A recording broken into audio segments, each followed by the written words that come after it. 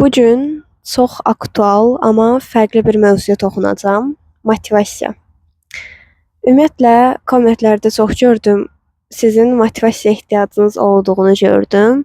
Sizi çox gözəl başa düşürəm, çünki bir müddət bundan əvvəl 11-ci sinif vaxtlarında mənə də bu istəklər çox gəlirdi. Yəni motivasiya istəkləri. Həmişə motivasiya videolarına baxmaq istəyirdim. Motivasiya videolarına baxmaq istədiyimi düşünürdüm. Özünüzə ilk öncə sual verin. Əgər mənim motivasiyaya ehtiyacım olmasaydı, hal-hazırda mən nə iş görürdüm və hal-hazırda mən nə edərdim?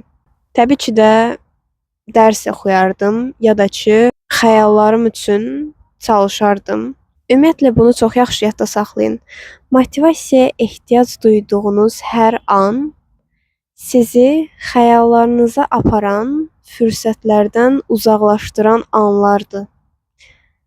Təsəvvür eləyin, ümumiyyətlə sizin motivasiyaya heç vaxt ehtiyacınız olmur və hər boş vaxtınızı siz gələcəyiniz üçün sərf eləyirsiniz. Hər boş vaxtı düzgün dəyərləndirməyə çalışın.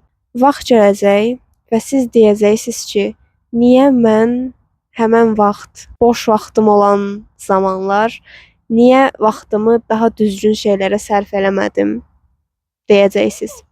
Çünki çox yaxşı başa düşürəm. Motivasiya ehtiyac duyursunuz və avtomatik olaraq motivasiya videolarına baxmaq istəyirsiniz və o videolara baxmaq bəlkə də mənə 1 saatdan çox vaxt sərf eləyirdim ona. O vaxtda mən çox şey eləyə bilərdim, amma eləmirdim. Niyə? Onu da bilmirdim niyə. Düzgün vaxt heç bir zaman gəlməyəcək və əgər düzgün vaxtı gözləsəniz, heç vaxt, heç bir zaman hərəkət eləyə bilməyəcəksiniz. İlk öncə başa düşməlisiniz ki, siz niyə çalışmaq istəyirsiniz? Təbii ki də gələcəyiniz üçün, hər kəs gələcəyi üçün çalışmaq istəyir. İstəmək kifayət eləyirmi? Xeyr, eləmir. Komfort zonadan hər kəs çıxa bilirmi? Xeyr, çıxa bilmir. Və siz niyə fərqli olmalısınız? Çünki siz fərqli gələcək istəyirsiniz. Çünki siz gözəl bir nəticə istəyirsiniz. Ona görə siz fərqli olmalısınız. Amma fərqli olmaq o qədərmi çətindir? Əlbəttə çətin deyil. Sadəcə fərqli olmağı hər kəs bacarmır. Hər kəsdə o iradə gücü yoxdur. Niyə də o fərqli insan biz olmayaq? Niyə o fərqliliyi biz özümüzdə yaratmayaq?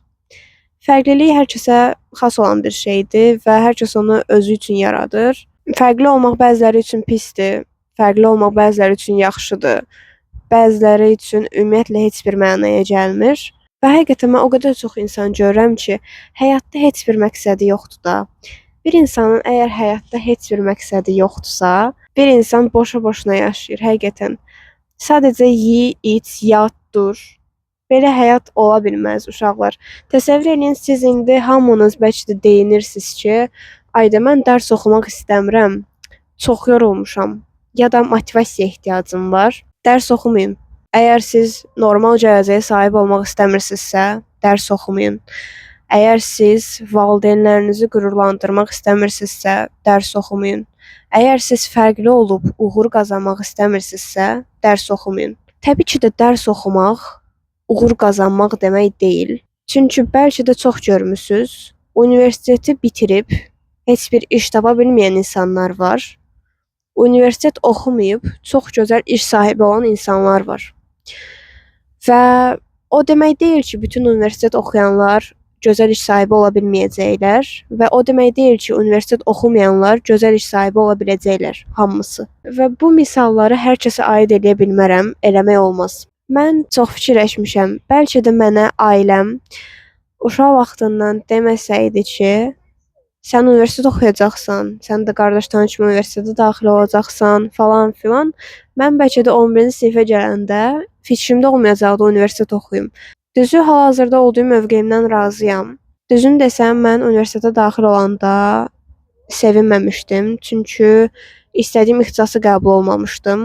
Dərs oxuyarkən universitetdə deyirəm ki, mənə lazım idi bu universitetdə oxumaq istəmirəm, amma anam mənə bir söz dedi.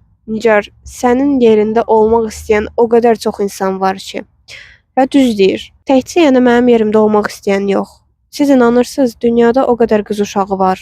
Təkcə qız uşağı yox, ümumiyyətlə o qədər uşaq var ki, təhsil almaq istəyirlər, amma ala bilmirlər. Bir onları təsəvvür edin və hal-hazırda olduğunuz situasiyanı təsəvvür edin. Deyəsən biraz mövzumuzdan kənara çıxdım, amma məncə bu məqamlara da toxunmaq lazım idi bir videoda və bunun üçün ayrı video seçmək istəmədim. Çünki video seçməyə o qədər də vaxtım olmur bu aralar. Və düşünün ki, siz nə qədər şanslısınız. Siz o qədər şanslısınız ki, sizin hal-hazırda boş vaxtınız var. Sizin hal-hazırda eviniz var. Sizin hal-hazırda təhsil almağa şansınız var və təhsil almağa imkanınız var. Siz gör nə qədər şanslısınız ki, heç bir zaman özünüzə şanssızam deməyin. Əgər özünüzə nə qədər çox şanssızam, şansım yoxdur, bəxtim yoxdur desəniz, elə də olacaq. Və beyniniz də ona inanacaq ki, sizin şansınız yoxdur, sizin bəxtiniz yoxdur və heç bir zaman uğurlu ola bilməyəcəksiniz. Bu sözləri özünüzə deməyin. Nə qədər görsəniz ki, alınmır, uğursuzluqlarınız çox olur, yenə də davam eləyin. Niyə də yox? Çünki sizin şansınız var. Şans hər kəsə gəlib çata bilmir. Yəni deməyim odur ki, nə qədər şansınız var, nə qədər vaxtınız var, bundan çox yaxşı istifadə eləyin. Çünki gün gələcək, vaxt gələcək, hal-hazırdakı olduğunuz mövqeyə yenidən gəlmək istəyəcəksiniz, amma gələ bilməyəcəksiniz. Və son olaraq onu da əlavə eləmək istəyirəm ki, motivasiyaya güvənməyin, özünüzə güvənin. Düzgün zaman heç vaxt gəlib çatmayacaq. Düzgün zamanı sadəcə siz təyin edə bilərsiniz, siz yarada bilərsiniz özünüz üçün. Həyatınız sizin əlinizdədir və uğur qazanmağınız, həyatda çox şey əldə edə bilərsiniz. İnsan çox güclü bir varlıqdır. Bir insanın istəyib də eləyə bilməyəcəyi bir şey yoxdur. Bunu anladıqdan sonra siz bilirsiniz nələrə nail olacaqsınız, çox şeyə nail ola biləcəksiniz və buna inandıqdan sonra təbii ki. Ümumiyyətlə özünüzə inanın. Nə qədər zəif olduğunuzu görsəniz, zəif olduğunuzu bilirsiniz, haçan anlayırsınız. Siz haçansa özünüzü kiminləsə müqayisə eləyirsiniz. Özünüzü kiminləsə müqayisə eləməyə ehtiyacınız yoxdur. Bu həyat sizin həyatınızdır, başqasının həyatı deyil. O deyirləri you versus you. Sən həqiqətən heç bir kəslə özünüzü müqayisə eləməyin. Nə bilim, kimsə buraxılış imtahanından 300 yığıb, kimsə buraxılışdan 280 yığıb, amma siz özümü götürüm 220 yığmışdım. Amma heç biri ümumi balda mənə gəlib çata bilmədi. Ona görə də bunu da nəzərə alın ilk öncə və heç bir zaman motivasiyadan düşməyin ki, bu videoya ümid edirəm ehtiyacınız olmaz. Ümid edirəm bu videodan sonra sizin baxış açınız dəyişər və düşüncə tərziniz də dəyişər. Çox sağ olun, sizi sevirəm.